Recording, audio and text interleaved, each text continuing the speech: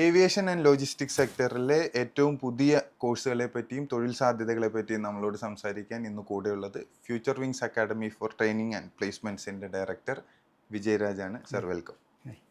Sir, ഈ future wings അക്കാഡമിയുടെ ഒരു തുടക്കം പറയാമോ? എന്തുകൊണ്ടാണ് നമ്മളിങ്ങനെ ഒരു അക്കാഡമി സ്റ്റാർട്ട് ചെയ്തേക്കാന്ന് വിചാരിക്കുന്നത്? അതിനെപ്പറ്റി പറയുകയാണെങ്കിൽ ഞങ്ങളൊരു 3 ഫ്രണ്ട്സും കൂടിയും പറയാം. ഞങ്ങൾ ഇൻഡസ്ട്രിയിൽ വന്നിട്ട് ഇപ്പോൾ ഏകദേശം 20 വർഷമായി. ശരി. അപ്പോൾ ഞങ്ങൾ പല ടൂറിസ്റ്റിൻ്റെ പല ഇൻഡസ്ട്രിയിലാണ് നമ്മൾ വർക്ക് ചെയ്തിട്ടുള്ളൂ. ഒരാൾ വിസ ആണെങ്കിൽ, ഒരാൾ ടൂർ എക്സ്പെർട്ട് ചെയ്തു, ഒരാൾ ട്രെയിനിങ്ങിൽ എക്സ്പെർട്ട് ചെയ്തു. പക്ഷേ ഞങ്ങൾ ഒരുമിച്ച് കൊലീഗ്സ് ആയിരുന്നു. ഓക്കെ. അങ്ങനെ കൊലീഗ്സ് ആയിട്ട് ഇരിക്കുന്ന സമയത്ത് നമുക്ക് പലപ്പോഴും മനസ്സിലാക്കിയൊരു കാര്യം എന്ന് പറയുന്നത്, നമ്മളൊരു ഫ്രഷറിനെ ജോലിക്ക് എടുക്കുന്ന സമയത്ത് അവർക്ക് they know what is in literature. പക്ഷേ അതിൻ്റെ പ്രാക്ടിക്കൽ അത് എങ്ങനെ ഇംപ്ലിമെൻറ്റ് ചെയ്യണമെന്നോ, അല്ലെങ്കിൽ ഒരു ഇൻഡസ്ട്രി നോഹോ എത്രത്തോളം ആവശ്യമാണെന്നോ, ഇൻഡസ്ട്രിയിൽ എങ്ങനെയാണ് അത് നമ്മൾ ഇംപ്ലിമെൻറ്റ് ചെയ്യണമെന്നൊക്കെ ഒരു ലിമിറ്റഡ് ആണ്. മനസ്സിലായി. പിന്നെ പലപ്പോഴും നമുക്ക് അതാണ് കിട്ടുന്നുള്ളൂ. അതായത് കുറെ കാര്യങ്ങൾ അറിയാം, ഇങ്ങനെ പഠിച്ചു വെച്ചിട്ടുണ്ടെന്നല്ലാണ്ട് അത് അപ്ലൈ ചെയ്യാൻ അറിയില്ല. അല്ലെങ്കിൽ അത് ഇൻഡസ്ട്രിയുടെ ഒരു സ്റ്റാൻഡേർഡ് ഉണ്ട്. ഹോസ്പിറ്റാലിറ്റി എന്ന് പറയുന്നത് തന്നെ നമ്മൾ പെരുമാറ്റം കൂടി ഒരു ഫാക്ടറാണ്. How they behave. Product service ആണല്ലോ. അപ്പോൾ അത് എല്ലാം ഇവർക്ക് എത്രത്തോളം അത് മനസ്സിലാക്കിയിട്ടുണ്ടെങ്കിലും അത് പുറത്തേക്ക് വരുമ്പോൾ അതിൻ്റെ ഡിഫറൻസ് ഫീൽ ചെയ്തു ഞാൻ. പിന്നെ സ്വാഭാവികമായിട്ടും എല്ലാ ഇൻഡസ്ട്രി ഇപ്പോൾ ചെയ്യുന്നത്, കുട്ടികളെടുക്കുന്നു, അവരെ ഒരു 6 മാസം ട്രെയിനിങ് കൊടുക്കുന്നു, അല്ലെങ്കിൽ 1 ഇയർ ട്രെയിനിങ് കൊടുക്കുന്നു. അപ്പോൾ ഈ 1 ഇയർ ടൈം എന്ന് പറയുന്നത് പ്രൊഡക്റ്റീവായിട്ട് വരുന്നില്ല. So that's why they are getting a limited salary also. Okay. But once they are equipped, അവർക്ക് ആ ഒരു ചെയ്യാനറിയാം, ഫസ്റ്റ് ഡേ 1 ഓൺവേർഡ്സ് അവരത് ചെയ്യുകയാണെങ്കിൽ they can demand the salary. Full practical ആയിട്ട് ചെയ്യുന്ന? ഫുൾ പ്രാക്ടിക്കൽ എന്ന് മുഴുവൻ പറയാൻ പറ്റില്ല, because they need to write the exam also. പരീക്ഷ എഴുതണമല്ലോ. പിന്നെ തിയറിയും കൂടിയും പഠിച്ചാലേ പോവുള്ളൂ. ബട്ട് തിയറി പഠിക്കുന്നതിനൊപ്പം പ്രാക്ടിക്കലിന് ഞങ്ങളൊരു പ്രയോറിറ്റി കൊടുക്കുന്നുണ്ട്. ബിക്കോസ് അവർ ജോബ് ഓറിയൻറ്റഡ് ആണ് കോഴ്സുകളെല്ലാം. ഏത് കോഴ്സ് പഠിക്കുകയാണെങ്കിലും അവർക്കത് എന്താണ് റിയാലിറ്റി നടക്കുന്നതെന്നുള്ളത് അവരറിയുന്നുണ്ട്. മനസ്സിലായി. അപ്പോൾ ഈ ട്രാവൽ ഫീൽഡ്, ഹോസ്പിറ്റാലിറ്റി ഫീൽഡിൽ നിന്ന് വന്നുകൊണ്ട് ഇതിൻ്റെ ഒരു സ്കോപ്പും പൊട്ടൻഷ്യലും നമുക്കത് മനസ്സിലാവുകയും ചെയ്തു അല്ലേ, എത്രത്തോളം ഇതിൻ്റെ ഒരു പൊട്ടൻഷ്യൽ അല്ലേ. പിന്നെ ട്രെയിനിങ് ഒരു പാഷനും കൂടിയാണ്. Okay okay. So we thought it is easy for us to train. മനസ്സിലായി. അപ്പം നമ്മുടെ നോളേജ് ആണല്ലോ, ഞങ്ങൾ ഇത്ര നാളും എക്വയർ ആയ നോളേജാണ് ഞങ്ങൾ ഒരാൾക്ക് പകർന്നു കൊടുക്കുന്നത്. Okay. So they will also get means അവർക്ക് അത് ഉപയോഗിക്കാൻ പറ്റും. മനസ്സിലായി. ഈ ഫ്യൂച്ചർ വിങ്സ് എന്നുള്ള പേര് ഫ്യൂച്ചറിന് ചിറകുകൾ കൊടുക്കുക എന്നുള്ളത്. അപ്പോൾ നിങ്ങൾ 3 പേരും ആണോ ഇപ്പോൾ? 3 ഡയറക്ടേഴ്സ് ആണോ കമ്പനികളിലെ? എന്തുകൊണ്ട് പെർട്ടിക്കുലർലി ഏവിയേഷൻ ആൻഡ് ലോജിസ്റ്റിക്സ് തിരഞ്ഞെടുത്തു? ഒറ്റ റീസണേ ഉള്ളത്, എല്ലാവരും പഠിക്കുന്നതും അല്ലെങ്കിൽ ഒരു വിഷൻ എന്നുള്ള ജോലി സാധ്യത കൂടി ആവശ്യമുണ്ട്. മനുഷ്യൻ ട്രാവൽ നിർത്തുന്നിടത്തോളം കാലം ഏവിയേഷൻ ടൂറിസം നടന്നുകൊണ്ടേയിരിക്കും. മനുഷ്യന് if they are required of the products, the movement of logistics also will happen. So lifelong it will be a business. Okay. Evergreen career. And obviously it is an international one also. ഒരു particular പ്ലേസിലോ അല്ലെങ്കിൽ particular റീജിയനിലോ stick on ചെയ്യുന്നല്ല tourism. ഒരു global career. It's A global career. മനസ്സിലായി. Especially ഇപ്പോൾ ഈ AI ഒക്കെ വന്നതിന് ശേഷം ഒരുപാട് കരിയേഴ്സ് ചിലപ്പോൾ ഇല്ലാണ്ടാവുകയും അല്ലെങ്കിൽ മാറിപ്പോവുകയും ചെയ്യുന്ന സമയത്ത് നമുക്ക് ഗ്യാരണ്ടീഡ് ആയിട്ടുള്ള ഒരു സ്ട്രീം തിരഞ്ഞെടുക്കാനും പറ്റും അല്ലേ? യെസ്. ഇതിൽ ഒരു കുട്ടിക്ക് ഓൺ ബോർഡ് ആകുമ്പോൾ എന്തെല്ലാം ടൈപ്പ് പ്രോഗ്രാംസ് അവൈലബിൾ ആണ് നമുക്ക് ഫ്യൂച്ചർ വിങ്സിൽ? ഞങ്ങൾക്ക് ഇവിടെ 1 ഇയർ കോഴ്സുകളുണ്ട്, 6 മന്ത് ഉണ്ട്, 3 മന്ത്സ് കോഴ്സ് ഉണ്ട്. 1 ഇയർ കോഴ്സാണ് ഇപ്പോൾ ഞങ്ങൾ സജസ്റ്റ് ചെയ്യുന്നത്. ബിക്കോസ് ഒരു കുട്ടി മേ ബി അയാൾ +2 ഡിഗ്രി കഴിഞ്ഞിട്ട് വരുന്നപ്പോൾ കുറേ ബുക്ക് അവർ പഠിച്ചിട്ടുണ്ട്, എക്സാം പാസ്സാവുന്നുണ്ട്. ഓക്കെ. പക്ഷേ അത് നമുക്ക് കിട്ടുമ്പോൾ വി ആക്ച്വലി മെൻറ്റർ ദം. ഒരു നോളേജ് കൊടുക്കുന്നതിനൊപ്പം അവർക്ക് ഇൻഡസ്ട്രിയുടെ ഒരു മെൻറ്ററിങ് കൊടുക്കേണ്ട ആവശ്യമുണ്ട്. ശരി. അത് പല രീതിയിലാവാം. Maybe they are personality skills, maybe they are communication skills, they behaviour, how to maintain the attitude, how to maintain the diplomacy, എങ്ങനെയാണെന്ന് പെരുമാറുന്നതിൻ്റെ ഒരു ഹോസ്പിറ്റാലിറ്റി കൂടി പകർന്നു കൊടുക്കണം. അതിന് വി റിക്വയർ ടൈം. ഒരു it's not a capsule. So നമുക്ക് train ചെയ്യാനൊരു ടൈം കൂടി ആവശ്യമാണ്. അതോടൊപ്പം തന്നെ അവർക്ക് പഠിക്കുകയും വേണം, ബുക്ക് പഠിക്കാൻ വേണം. മനസ്സിലായി. ഈ ഏവിയേഷനിലും ലോജിസ്റ്റിക്സിലും ഇപ്പോൾ നമ്മൾ കാണുന്ന ഒരു കാര്യം എന്ന് പറഞ്ഞാൽ ഒരുപാട് ടൈപ്പ് കോഴ്സുകളുണ്ട്. അത് സാറ് പറഞ്ഞ പോലെ തന്നെ പല ഡ്യൂറേഷനാണ് പല സ്ഥലങ്ങളിലും. പക്ഷേ എല്ലാവരും പറയുന്നത് ഏവിയേഷൻ ലോജിസ്റ്റിക്സ് സർട്ടിഫിക്കറ്റ്സ്. അപ്പോൾ എങ്ങനെയാണ് ഒരു കുട്ടി കൃത്യമായിട്ട് എനിക്ക് എന്താ വേണ്ടതെന്ന് ഡിസൈഡ് ചെയ്യുക? ഒന്ന്, ആ കുട്ടിയുടെ ഒരു പാഷൻ ഉണ്ട്. ഓരോരുത്തർക്കും ഓരോ തരത്തിലാണ് സ്കിൽസ്. അക്കോർഡിംഗ് ടു അസ്, ഞങ്ങളുടെ ഒരു അറിവ് വെച്ചിട്ട് അല്ലെങ്കിൽ ഞങ്ങളുടെ ഒരു ഇത്ര നാളത്തെ നോളേജ് വെച്ച് ഞങ്ങൾ പറയുന്നത്, ഒരു കുട്ടിയും കഴിവില്ലാത്തവരായിട്ട് വരുന്നില്ല. ഉം. അത് അവർ മനസ്സിലാക്കാൻ വൈകുന്നു, അല്ലെങ്കിൽ മനസ്സിലാക്കി കൊടുപ്പിക്കാൻ ഒരാളില്ലാതാവുന്നു. മനസ്സിലായി. അതാണ് ഒരു ഫാക്ടർ. ഉം. ഇവിടെ ഞങ്ങൾ ചെയ്യുന്നതും അവരുടെ ഇൻബിൽറ്റ് ആയിട്ടുള്ള സ്കിൽസ് ഉണ്ട്, ഉം. അത് പുറത്തേക്ക് എടുത്ത് അവരതിൽ ട്രെയിൻ ചെയ്ത് എക്യുപ്ഡ് ആക്കി കൊണ്ടുവരികയാണ്. മനസ്സിലായി. In the mean time he will realise that he is able to do that. പലപ്പോഴും പല കുട്ടികൾക്ക് വരുന്ന ഒരു കോംപ്ലക്സ് അല്ലെങ്കിൽ ഒരു ഇൻഫീരിയോറിറ്റി, ഒരു പേടി എന്നെല്ലാം പറയാം. ഉം. അതിനെ പുറത്തേക്ക് കടന്നാൽ they will see the heights. ഉം. ഉം. അതിനെ പുറത്തേക്ക് കടത്തുക എന്നുള്ളതാണ് ഞങ്ങളുടെ ഒരു ബേസിക് എയിം എന്ന് പറയുന്നത് തന്നെ. മനസ്സിലായി. ആക്ച്വലി കുറച്ച് മുമ്പ് ചോദിച്ചു പ്ലേസ്മെൻറ്റിൻ്റെ കാര്യം ചോദിച്ചു. വി സേ ദാറ്റ് നിങ്ങളിവിടെ ഒരു വർഷം കഴിഞ്ഞാൽ പ്ലേസ്മെൻറ്റ് നിങ്ങളെ തേടി വരും. Because if you are skilled enough Correct. People will come. ഇതിന് അത്ര ഓപ്പർച്യൂണിറ്റീസ് ഉണ്ടല്ലോ. എനിക്ക് തോന്നുന്നു ഇതിന് ആവശ്യമുള്ള ആൾക്കാരെ ഒരുപാട് ഉണ്ടെന്ന് തോന്നുന്നു. ഇത്രയും എസ്പെഷ്യലി ഇന്ത്യയിലെ aviation industry is booming like anything. അതെ. അപ്പോൾ കുട്ടികൾ ഇതിൻ്റെ ഒരു സ്കോപ്പ് തിരിച്ചറിഞ്ഞ് തുടങ്ങിയിട്ടുണ്ടോ ഈ പറയുന്ന ഫീൽഡിൻ്റെ, അതോ സ്റ്റിൽ ഈ ഒരു ഇതിനോട് എന്തെങ്കിലും ഒരു ബാരിയർ ഫീൽ ചെയ്യുന്നുണ്ടോ? ഇല്ല, ഉറപ്പായിട്ടും കുട്ടികൾക്ക് ഇതിൻ്റെ സ്കോപ്പ് നന്നായിട്ട് അറിയാം. പക്ഷേ ഇവരുടെ ഒരു കൺസേൺ എന്ന് പറയുന്നത് എന്നെ കൊണ്ട് ഇത് ചെയ്യാൻ പറ്റുമോ എന്നുള്ള കൺസേൺ ഉള്ളത്. Maybe because of their lack of communication skills, or maybe they feel that it is a different field. Maybe പല കുട്ടികൾക്കും ആഗ്രഹങ്ങളുണ്ട്. ഈ ആഗ്രഹമുള്ള കുട്ടികൾ എന്ന് പറയുന്നത് കൂടുതലും ചിലപ്പോൾ മേ ബി ഇൻറ്റീരിയർ ആയിട്ടുള്ള നമ്മുടെ കേരളത്തിലുള്ള പല സ്ഥലങ്ങളിൽ നിന്നാവാം. അപ്പോൾ അവർ മറ്റേ റൂറൽ ഏരിയസ് ആവാം. അപ്പോൾ അവർക്ക് ഇതിൻ്റെ ഒരു എക്സ്പോഷർ കിട്ടാത്തതിൻ്റെ ഒരു ഫീലാണ്. അപ്പോൾ അവർക്ക് അറിയില്ല അവർക്ക് അതിനെക്കൊണ്ട് പറ്റുമെന്നുള്ളത്. But they can. അത് മാത്രമല്ല ഈ ഏവിയേഷൻ എന്ന് പറയുമ്പോൾ കുറച്ച് എയർ ഹോസ്റ്റേഴ്സ്, പൈലറ്റ്, ഇങ്ങനെയുള്ള കുറച്ച് കരിയേഴ്സ് മാത്രമായിട്ടുള്ള ഒരു ലിമിറ്റഡ് നോളജും നമ്മുടെ നാട്ടിൽ കാണാറുണ്ടല്ലേ? ഉണ്ട്. അതായത് എയർ ഹോസ്റ്റസ് ആണ് airline job, aviation job air. അപ്പൊ അതിനാവുമ്പോ ആണെങ്കിൽ നമ്മൾ കേട്ടു വെച്ചേക്കുന്നത് കുറെ പാരാമീറ്റേഴ്സ് ഉണ്ട്, ഇത്രയും കണ്ടീഷൻസ് വെച്ചാൽ. പക്ഷെ ഏതൊരു ഇൻകം ലെവലിലോ ഏതൊരു എഡ്യൂക്കേഷൻ ലെവലിലോ നിൽക്കുന്ന ഒരാൾക്കും എൻ്റർ ചെയ്യാൻ പറ്റുന്ന അത്രയും ജോബ്സ് ഈ രണ്ട് സെക്ടേഴ്സിലും ഉണ്ടെന്നുള്ളതാണ്. അല്ല, ഒരു ഉദാഹരണം പറയുകയാണെങ്കിൽ ഒരു ഫ്ലൈറ്റ്, സേ ഫോർ എക്സാമ്പിൾ വേൾഡിൽ തന്നെ ഏറ്റവും വലിയ എയർക്രാഫ്റ്റ് എന്ന് പറഞ്ഞാൽ എയർബസ് 380 ആണ്. ഈ എയർബസ് 380 എക്കണോമിക്കൽ ക്ലാസ്സിൽ പോവുകയാണെങ്കിൽ അറൗണ്ട് 900 പാസഞ്ചേഴ്സ് കയറും. അപ്പോൾ ഈ 900 പാസഞ്ചേഴ്സ് കയറുന്ന ഒരു എയർബസ് 380 ആണെങ്കിൽ ക്യാൻ യു ഇമാജിൻ എത്ര സ്റ്റാഫ് വേണ്ടി വരുന്നു? ഒരു 150 പാസഞ്ചേഴ്സ് എന്ന ഫ്ലൈറ്റ് ആണെങ്കിൽ ദേ റിക്വയർഡ് 15 to 20 സ്റ്റാഫ്.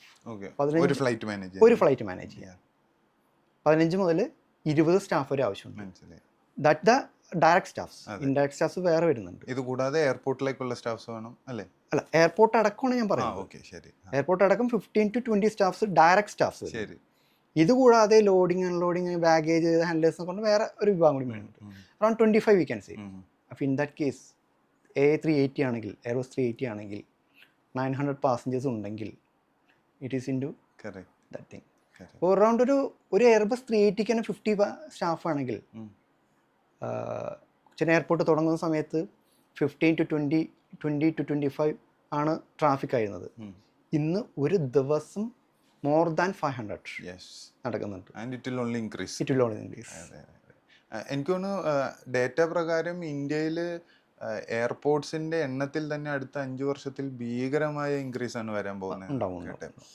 അപ്പോൾ ഞാൻ അടുത്ത ചോദ്യത്തിലേക്ക് വരുന്നത്, ഇത്രയും ഓപ്പർച്യൂണിറ്റീസ് ഉള്ളൊരു ഫീൽഡ് ആയതുകൊണ്ട് തന്നെ കുട്ടികൾക്ക് ഒരുപാട് ഓപ്ഷൻസും ഇവിടെ വരും. ഒരുപാട് അക്കാഡമീസ് ഈ പറയുന്ന കോഴ്സുകൾ ഓഫർ ചെയ്തിട്ട് വരും. എന്തുകൊണ്ട് ഒരു കുട്ടി ഫ്യൂച്ചർ വിങ്സ് ചൂസ് ചെയ്യണം എന്ന് ചോദിച്ചാൽ അതിന് സാറിൻ്റെ ഉത്തരം എന്തായിരിക്കും? ഫ്യൂച്ചർ വിങ്സിൽ ഞങ്ങൾ ഗ്യാരണ്ടി ചെയ്യുന്നത് ജോലിയേക്കാളും ഉപരി അവൻ്റെ സ്കിൽ ഡെവലപ്മെൻ്റ് ആണ്. ശരി. ഈ 20 ഇയേഴ്സിൻ്റെ ഞങ്ങൾ അക്വയർ ചെയ്ത skills that we are passing to. ഞങ്ങളുടെ മൊഡ്യൂൾ ഡെവലപ്പ് ചെയ്യുമ്പോൾ ഒരാൾക്ക് കൃത്യമായിട്ട് ജോലി കിട്ടും. മനസ്സിലായി. അതുകൂടാതെ നമ്മളുടെ ഇവിടുത്തെ സിലബസ് ഉണ്ടാക്കുന്നത് ഒബ്വിയസ്ലി നമ്മുടെ അഫിലിയേഷൻസ് തരുന്ന സിലബസ് എല്ലാം നമ്മൾ മെയിൻറ്റെയിൻ ചെയ്യുന്നതിനൊപ്പം തന്നെ ഇവരുടെ സ്കിൽ ഡെവലപ്മെൻറ്റ് വേണ്ടി ഞങ്ങളൊരു പാറ്റേൺ തയ്യാറാക്കിയിട്ടുണ്ട്. It's a pattern. So they will അവരറിയാതെ തന്നെ അതിലേക്ക് എത്തിപ്പെടും. അതിൻ്റെ കുറച്ച് ഡീറ്റെയിൽസ് പറയാമോ? എന്താ നമ്മളൊരു ഡിഫറൻസ് ആയിട്ട് ചെയ്യുന്നത്? സേ ഫോർ എക്സാമ്പിൾ ഇപ്പോൾ സേ ടൂർ പാക്കേജിൽ പല ജോലികളുണ്ട്. It is a one of the good industry. ഒരു സ്റ്റാഫ് കയറി കഴിഞ്ഞാൽ ആ സ്റ്റാഫിന് he can go into different areas. Like tour manager ആയിട്ട് പോവാം. Tour manager means he will be handling a group. ഒരു ഗ്രൂപ്പ് ഹാൻഡിൽ ചെയ്യാനായിട്ട് അവനൊരു നോളേജ് ആവശ്യമാണ്. And it is not limited. Like നമ്മൾ പറയുന്ന തൊട്ട് കടലുമാരി കെടുക്കാന്ന് പറയില്ലേ, സാഗരം പോലെയാണ് പഠിച്ചാൽ തീരൂല. പഠിച്ചാൽ തീരൂല. അതെ അതെ പഠിച്ചാൽ തീരാത്തതിന് കാരണം നമ്മൾ സെല് ചെയ്യുന്ന ടൂർ പാക്കേജ് ആണ്. അതെ. ഇപ്പോൾ ടൂർ എന്താന്ന് ഇവൻ മനസ്സിലാക്കുന്നത് അത് പഠിച്ച് ചെയ്താലാണ്. ഇല്ലെങ്കിൽ ഹി വിൽ സേ, ബേസിക്കലി ഞാൻ പറയുകയാണെങ്കിൽ ഞാൻ ടൂറിസം പഠിച്ചതാണ്. I M A post graduate in tourism. അപ്പോൾ ടൂറിസം പഠിച്ച സമയത്ത് ഇന്നും എനിക്ക് ഓർമ്മ വരുന്നൊരു ഇതുണ്ട്. ടൂറിസം എന്ന് പറയുന്നത്, tourism is the totality of the relationship and phenomena arising from the stay of the passengers which should have an economical benefit. പക്ഷെ ഇതല്ല tour. That is theory which I will get mark. So once I am implementing it is a different thing. ആ ഡെഫിനേഷനിൽ വരുന്ന കാര്യങ്ങൾ തന്നെയാണ് ചെയ്യുന്നത്. പക്ഷെ എന്താണെന്ന് പിക്ക് ചെയ്യാനായിട്ട് പിന്നെ അറിയണം. ഫോർ എക്സാമ്പിൾ, നമ്മൾ ടൂർ പാക്കേജിൽ ഒരു കാര്യം പറയുന്നുണ്ട്. ഒരു guest if he is arriving from maybe Europe and he need to go to Munnar. അപ്പോൾ ഞങ്ങൾ ഫസ്റ്റ് പറയുന്നൊരു കാര്യമുണ്ട്, ഈ ഗസ്റ്റ് വരുന്ന സമയത്ത് തന്നെ ഈ ഗസ്റ്റിനെ അടുത്തുള്ള ഏതെങ്കിലും ഒരു 5 സ്റ്റാർ പ്രോപ്പർട്ടിയിൽ ഒരു റിഫ്രഷ്മെൻറ്റ് അറേഞ്ച് ചെയ്യുക. Then only you take the travel. അപ്പോൾ ഇത് എന്തുകൊണ്ടാണ് പറയുന്നതെന്നൊരു കാര്യമുണ്ട്. ബിക്കോസ് ജെറ്റ് ലാഗ് കഴിഞ്ഞ് ചെക്ക് ഇൻ പ്രൊസീജിയേഴ്സ് എല്ലാം കഴിഞ്ഞ് ലോങ് ജേർണി കഴിഞ്ഞ് കൊച്ചിൻ എയർപോർട്ടിൽ എക്സോസ്റ്റഡ് ആയിട്ടായിരിക്കും. അപ്പോൾ ഇവിടുന്ന് വീണ്ടും നമ്മൾ we are taking them to Munnar, that is 4 hours journey. വീണ്ടും നമ്മൾ അവരെ ഹെക്ടിക് ആക്കുകയാണ്.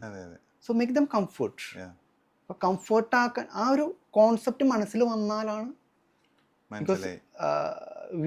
ഐറ്റിനറിയിലുള്ളത് ടിക്ക് ചെയ്ത് പോലും മാത്രമല്ല എന്നുള്ളൊരു ഫീൽ.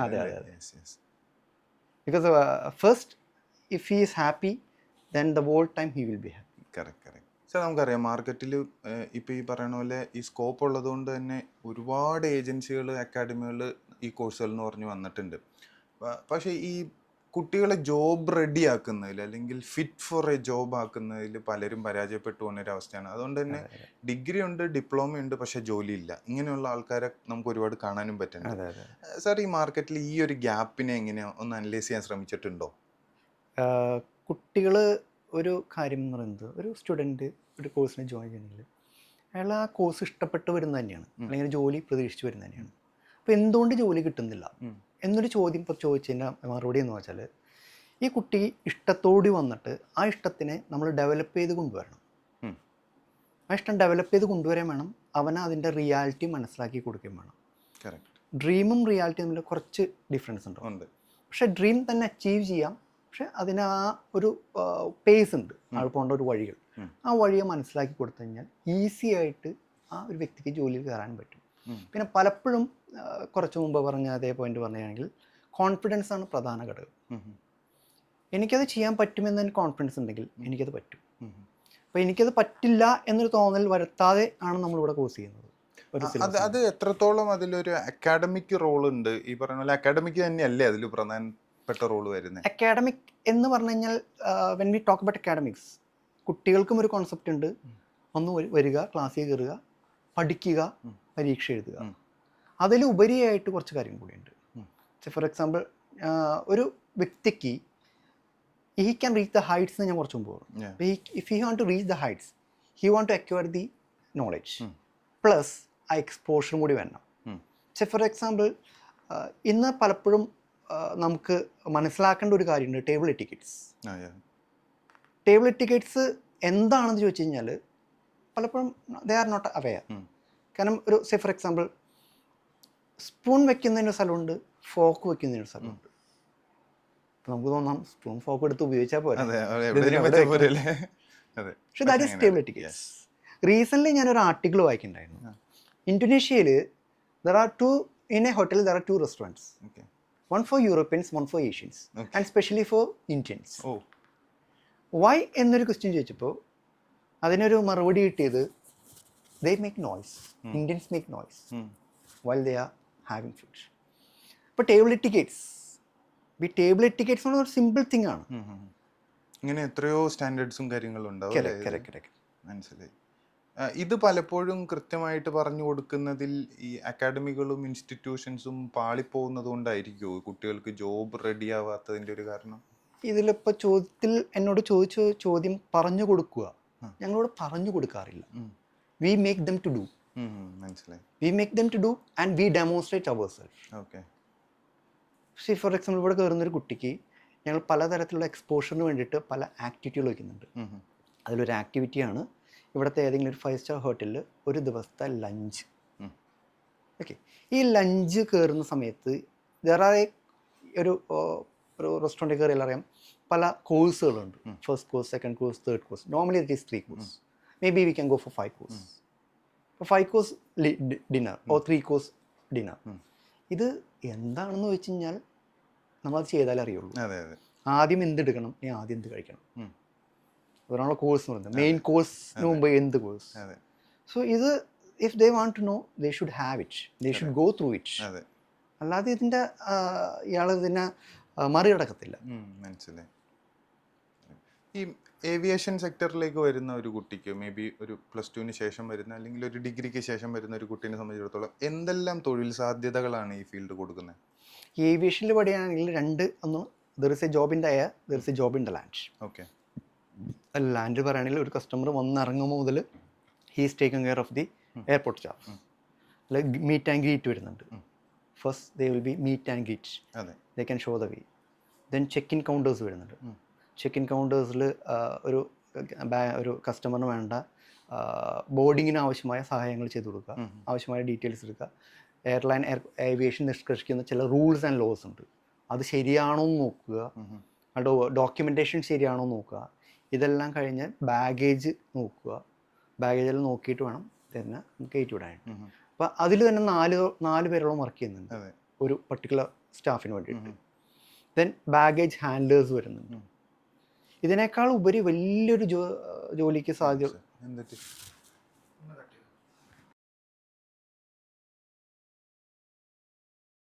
സർ, ഈ ഏവിയേഷൻ ഇൻഡസ്ട്രീസിൽ വളരെ വലിയ ജോലി സാധ്യതകളാണെന്ന് മനസ്സിലായി. ഇപ്പം എസ്പെഷ്യലി നമ്മുടെ നാട്ടിലുള്ള ഏറ്റവും വലിയ ഇപ്പോഴത്തെ ഒരു ഡിബേറ്റ് കുട്ടികൾക്കാർക്ക് ഇവിടെ പഠിക്കണ്ട, ഇവിടെ തുടരാൻ താല്പര്യമില്ല, അവർക്ക് ഫ്ലൈ ചെയ്യണം, പുറത്തു പോകണം എന്നുള്ളതാണല്ലോ. പക്ഷെ ഞാൻ മനസ്സിലാക്കിയ ഒരു കാര്യം വെച്ച് കഴിഞ്ഞാൽ ഈ പുറത്തു പോയി പഠിക്കാനുള്ള എക്സ്പെൻസോ കാര്യങ്ങളോ ഒന്നും ഇല്ലാതെ തന്നെ എന്നാൽ ഒരു ഗ്ലോബൽ കരിയർ ഉണ്ടാക്കാൻ ഏറ്റവും എളുപ്പത്തിൽ സാധിക്കുന്ന ഒരു മേഖലയാണ് ഏവിയേഷനും ലോജിസ്റ്റിക്സും തന്നെ. അപ്പോൾ അത്തരത്തിൽ നോക്കുമ്പോൾ നമ്മുടെ ഒരു +2 ഡിഗ്രിയോ കഴിഞ്ഞ് വരുന്ന ഒരു സാധാരണ മലയാളി കുട്ടിക്ക് എന്തെല്ലാം സാധ്യതകളാണ് ഈ ഫീൽഡുകൾ തുറന്നു കൊടുക്കുന്നത്? ഇതിൽ പ്രധാനമായിട്ടും നമ്മൾ മനസ്സിലാക്കേണ്ട ഒരു കാര്യം, ഏവിയേഷൻ എന്ന് പറയുന്ന ഇൻഡസ്ട്രി അതൊരു ഗ്ലോബൽ ഇൻഡസ്ട്രിയാണ്. ഇപ്പോൾ കൊച്ചിയിൽ തന്നെ നമുക്ക് കൊച്ചിൻ നെടുമ്പാശ്ശേരി എയർപോർട്ട് എടുത്താൽ അറിയാം, കൊച്ചിയിൽ വരുന്ന ഫ്ലൈറ്റ് ഇന്ത്യൻ എയർലൈൻസ് മാത്രമല്ല, അതുകൂടാതെ ഖത്തർ എയർവേസ് വരുന്നുണ്ട്, എമിറേറ്റ്സ് വരുന്നുണ്ട്, എത്തിഹാദ് വരുന്നുണ്ട്, പല എയർലൈൻസും ഇങ്ങോട്ട് വരുന്നു. 100-ലധികം കമ്പനികളുടെ ഫ്ലൈറ്റ്സ് അവിടെ വരുന്നുണ്ട്. അപ്പോൾ 100-ലധികം കമ്പനികൾ വരുന്ന പോലെ തന്നെ ഈ കമ്പനിയിലെല്ലാം നമുക്ക് തൊഴിലിനുള്ള അവസരങ്ങളുമുണ്ട്. ഓരോ എയർലൈനിലും സ്റ്റാഫിന് വേണമെങ്കിൽ ഇഫ് നമുക്ക് ടാലൻ്റ് ഉണ്ടെങ്കിൽ എമിറേറ്റ്സിൽ പോകാനോ എത്തിഹാദിൽ പോകാനോ വളരെ ഈസി ആയിട്ട് നടക്കുന്ന ഒരു കാര്യം.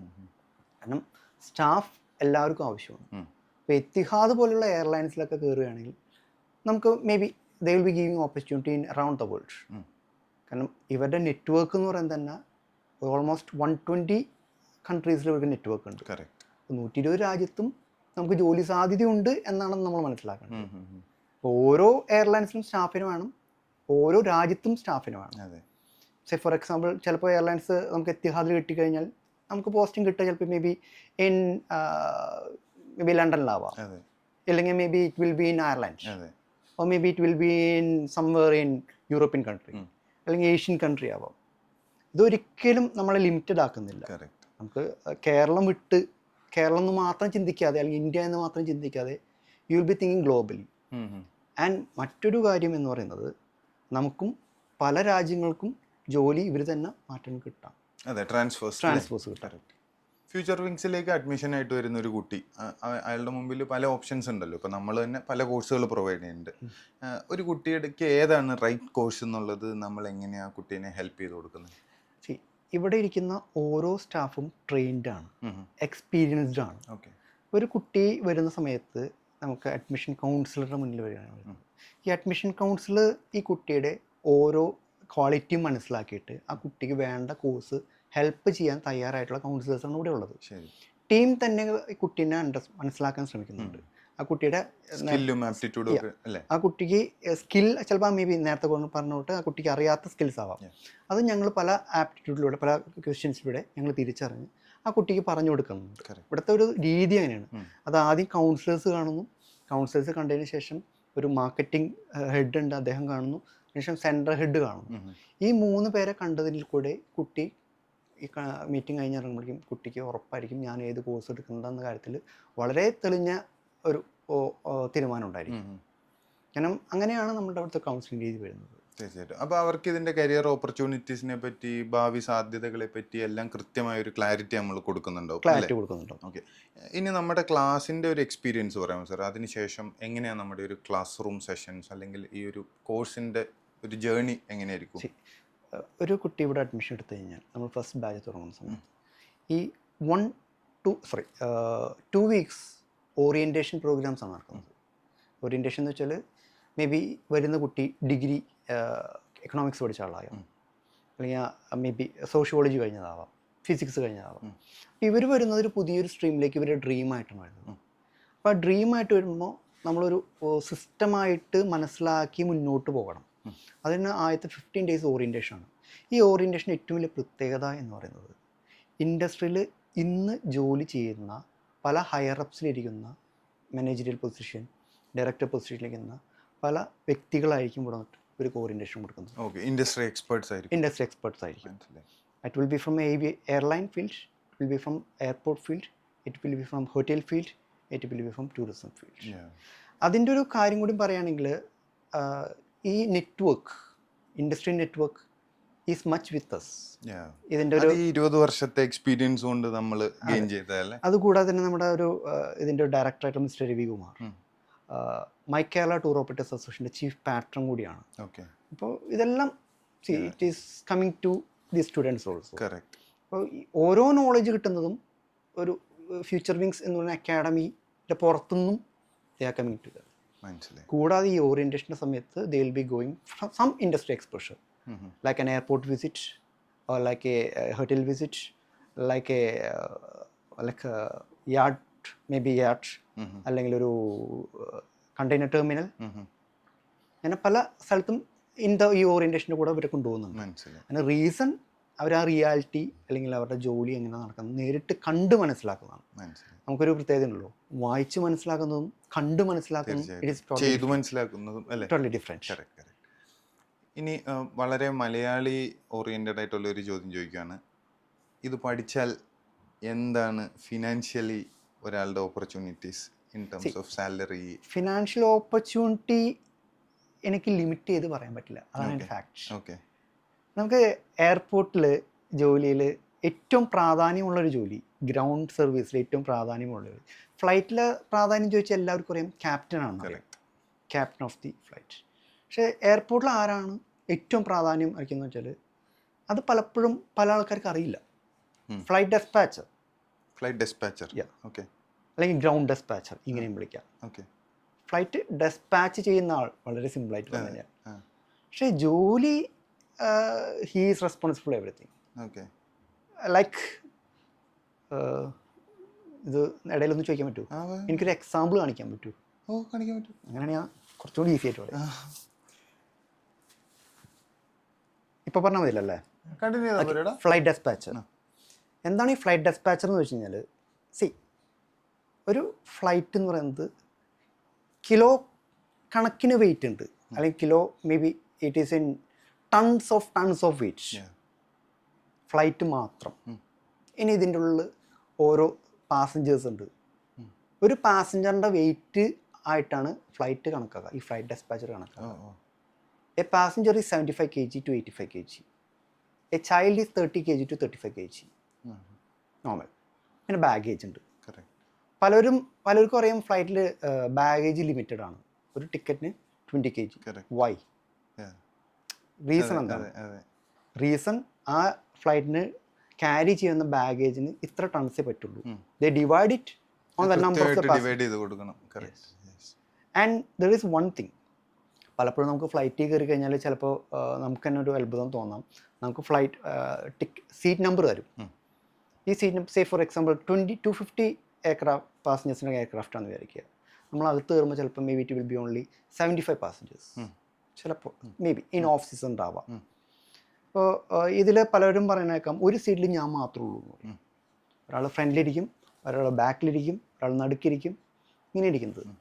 എന്തുകൊണ്ടാണ് അങ്ങനെ ഇരുത്തുന്നത്? അതാണ് ഫ്ലൈറ്റ് ഡെസ്പാച്ചറുടെ ജോലി.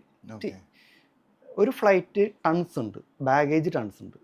ഈ ഫ്ലൈറ്റ് വെച്ചിട്ട് ഇത് ഫ്ലൈ ചെയ്യണം.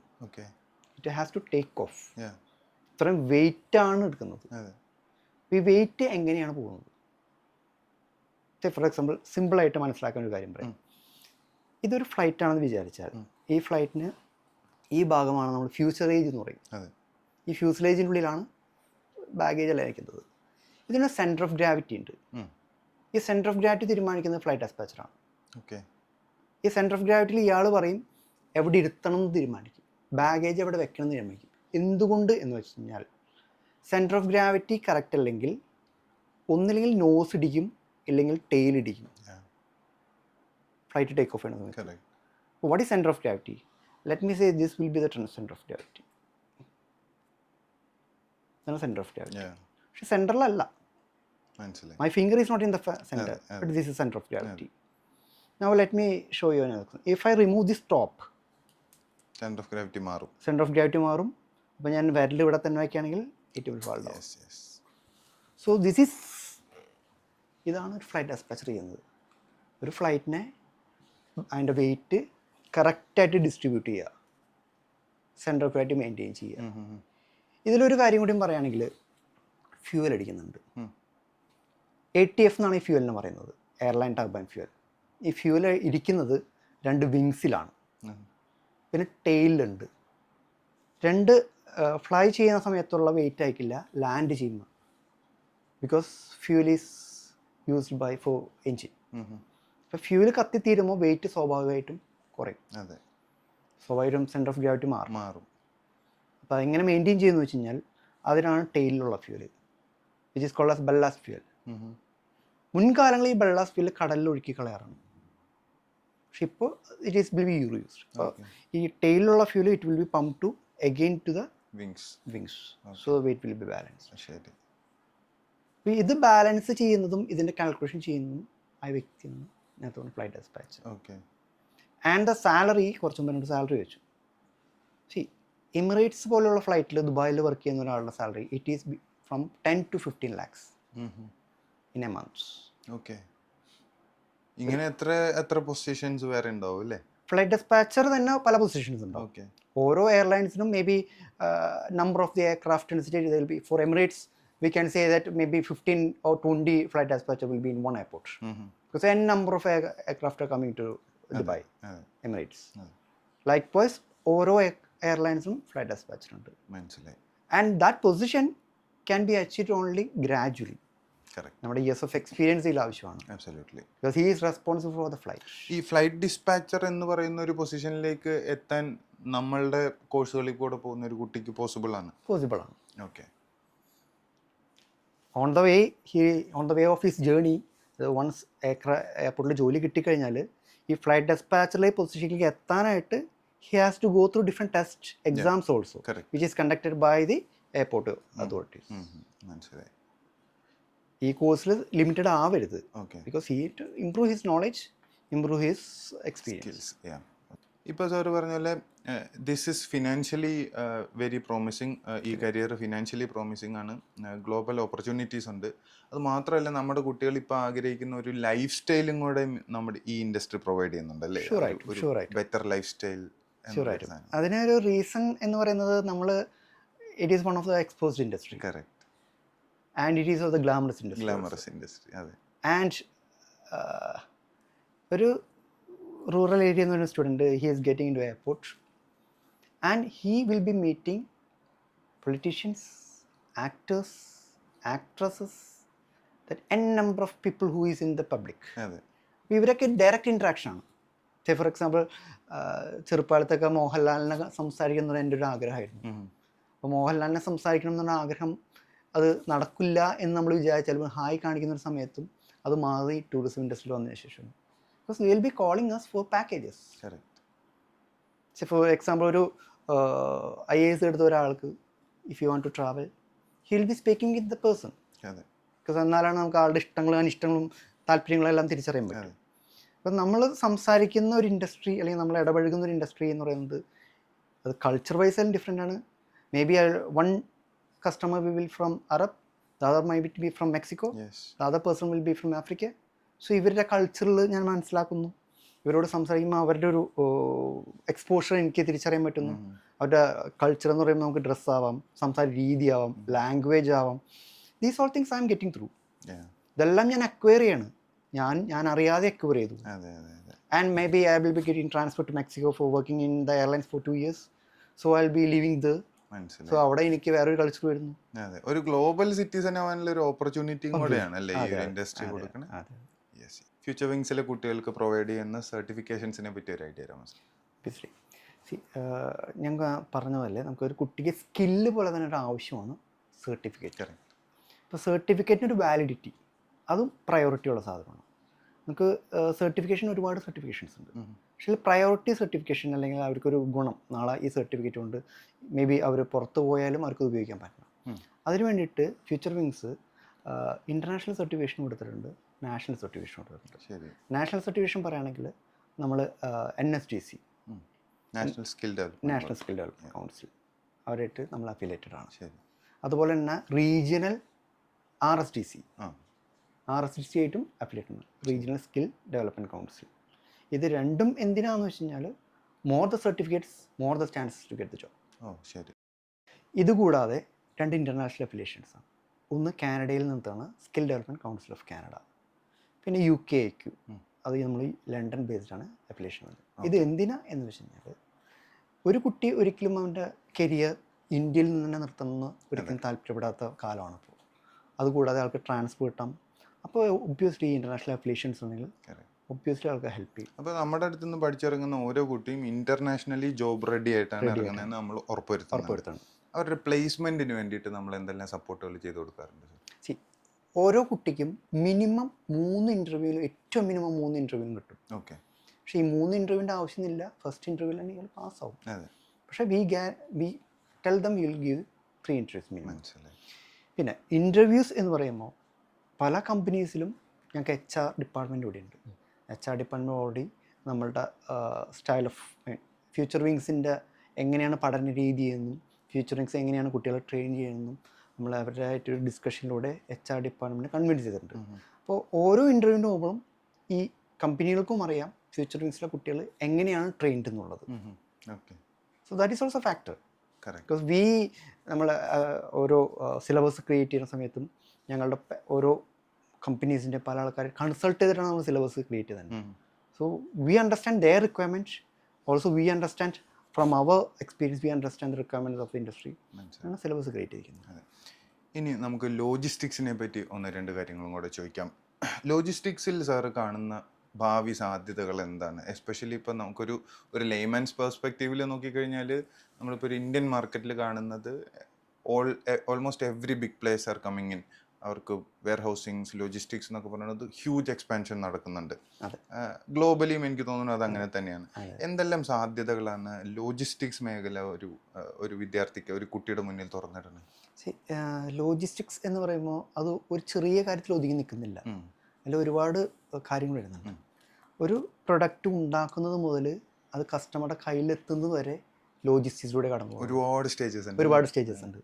ഈ പ്രൊഡക്റ്റ് നമ്മൾ ഉണ്ടാക്കുന്ന സ്ഥലത്ത് നമ്മൾ കൊണ്ടുവരണം, അതൊരു പെർട്ടിക്കുലർ വെയർ ഹൗസിൽ നമ്മൾ സ്റ്റോക്ക് ചെയ്യണം. ഈ സ്റ്റോക്ക് നമ്മൾ ഓരോ കമ്പനികൾക്ക് നമ്മൾ റിലീസ് ചെയ്യണം. ഈ റിലീസ് ചെയ്ത ഓരോ പ്രൊഡക്റ്റും അത് വേറൊരു സ്ഥലത്ത് സ്റ്റോക്ക് ചെയ്യണം.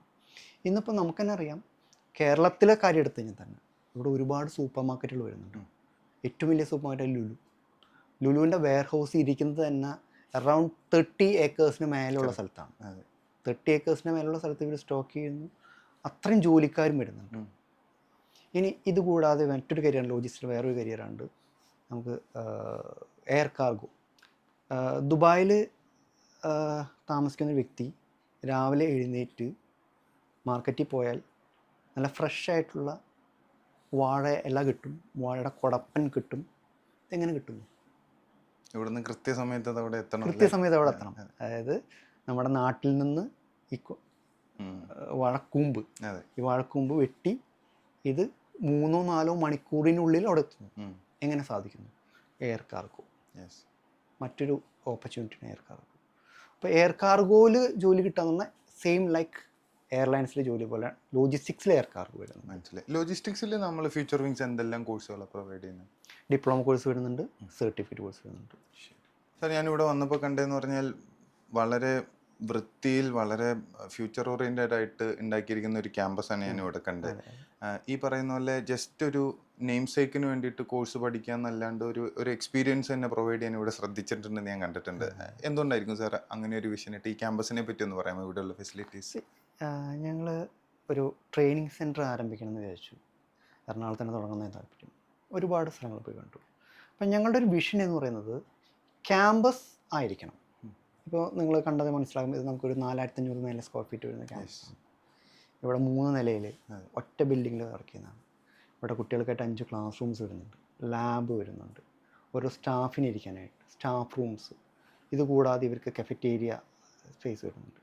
അപ്പോൾ ഒരു കുട്ടി ഇവിടെ വരുമ്പോൾ ജസ്റ്റ് ഒരു ഞങ്ങൾ കുറച്ച് മുമ്പോട്ട് പറഞ്ഞ പോലെ തന്നെ നമുക്ക് ഒരു തിയറി പഠിക്കുന്നതിനുപരിയായിട്ട് പ്രാക്ടിക്കലും ചെയ്യുന്നുണ്ട്. അപ്പോൾ ഈ കുട്ടിക്ക് വരുന്ന കുട്ടിക്ക് ഈ കോഴ്സിനോട് താല്പര്യം വരുന്ന പോലെ തന്നെ ഇമ്പോർട്ടൻ്റ് ആണ് അവൻ്റെ സാഹചര്യം, വരാനുള്ള മോട്ടിവേഷൻ. അതുകൂടാതെ ആൾക്ക് നമ്മുടെ environment connects our mind also. നമുക്കൊരു നല്ലൊരു സാഹചര്യം, നല്ലൊരു ആംബിയൻസും നല്ലൊരു എൻവയോൺമെൻറ്റും കിട്ടിയാലാണ് പഠിക്കാനുള്ള സാഹചര്യം വരത്തുള്ളൂ. തീർച്ചയായിട്ടും. അപ്പോൾ ആ സാഹചര്യം ഒരുക്കി കൊടുക്കുക എന്നുള്ളത് ഫ്യൂച്ചർ വിങ്സിൻ്റെ ഒരു ആവശ്യം കൂടിയാണ്. അത് മാത്രമല്ല, അവർ കടക്കാൻ പോകുന്ന ജോലിയുടെ ഒരു സ്റ്റാൻഡേർഡ്സും നമ്മൾ ഇവിടെ മെയിൻറ്റെയിൻ ചെയ്തിട്ടുണ്ട് അല്ലേ? അതേ ഒരു സംഭവം കൊടുക്കാൻ. അതുകൊണ്ട് തന്നെയാണ് ഞാൻ ഇതിനെ ക്യാമ്പസ് എന്ന് പറയാനും കാരണം. ഇതൊരു അക്കാഡമി മാത്രമേ, ഒരു ഇൻസ്റ്റിറ്റ്യൂട്ട് പോലെ സെറ്റ് ചെയ്തതായിട്ട് എനിക്ക് തോന്നിയില്ല. It has a vision. Like correct, it is a having vision. ഒരു കാര്യം കൂടി എനിക്ക് കൂട്ടിച്ചേർക്കാനുണ്ട്. ഞങ്ങളുടെ അക്കാഡമിയുടെ പേര് future wings academy for training and placements എന്നാണ്. Okay. Why this training and placements? Because we train for placements. ഒരു മീൻ അക്കാഡമി മാത്രമായിട്ട് ലിമിറ്റഡ് ആക്കാതെ ഒരു കുട്ടീനെ ട്രെയിൻ ചെയ്ത് പ്ലേസ്മെൻ്റ് ആക്കുക. So it is something big other than the academy എന്നാണ് ഞങ്ങളുടെ വിഷൻ വെച്ചുകൊണ്ട് നമ്മൾ പറയുന്നത്. Very good, very good. നമ്മുടെ ഫ്യൂച്ചർ പ്ലാൻസ് എന്താണ് സാർ? ഈ ഏവിയേഷൻ ലോജിസ്റ്റിക്സിൽ മാത്രം സ്റ്റിക്ക് ഓൺ ചെയ്യാനാണ് നമ്മൾ ആഗ്രഹിക്കുന്നത്, or are there bigger plans for the future? There are bigger plans. Future വിങ്സിൽ ഇപ്പം നിലവിലുള്ള കോഴ്സുകൾ പോലെ പുതിയ തലമുറയ്ക്ക് ജോലി സാധ്യതകളുള്ള കോഴ്സുകൾ, അല്ലെങ്കിൽ പുതിയ ഇൻഡസ്ട്രി ഡിമാൻഡ് ചെയ്യുന്ന കോഴ്സുകൾ, ഏതുതരം കോഴ്സാണെങ്കിലും ഫ്യൂച്ചർ വിങ്സ് കൊണ്ടുവരുന്നില്ല എന്നും പരിഗണിക്കുന്നതായിരിക്കും. നമ്മുടെ പേരുള്ള പോലെ കുട്ടികളുടെ ഫ്യൂച്ചറിന് വിങ്സ് കൊടുക്കാൻ പറ്റുന്ന നല്ല നല്ല കോഴ്സുകൾ. Future wings should grow wings to the future, students also wings to the future. അപ്പോൾ അങ്ങനെ തന്നെ ആവട്ടെ എന്ന് ആശംസിക്കുകയാണ്. നമ്മുടെ കുട്ടികൾക്ക് ഏറ്റവും നല്ല ഗ്ലോബലി വാലിഡ് ആയിട്ടുള്ള കരിയേഴ്സ് ഉണ്ടാക്കാൻ ഫ്യൂച്ചർ വിങ്സിന് സാധിക്കട്ടെ. ഒരുപാട് കുട്ടികൾ അത്തരത്തിൽ പ്ലേസ്ഡ് ആയി നല്ല കരിയേഴ്സിലേക്ക് പോട്ടെ എന്ന് ആശംസിക്കുകയാണ്. സോ ഏവിയേഷനിലും ലോജിസ്റ്റിക്സിലും നല്ലൊരു കരിയർ ആഗ്രഹിക്കുന്ന ആൾക്കാരാണ് നിങ്ങളെങ്കിൽ എത്രയും പെട്ടെന്ന് തന്നെ ഫ്യൂച്ചർ വിങ്സിനെ കോൺടാക്ട് ചെയ്യുക. Thank you so much. Thank you.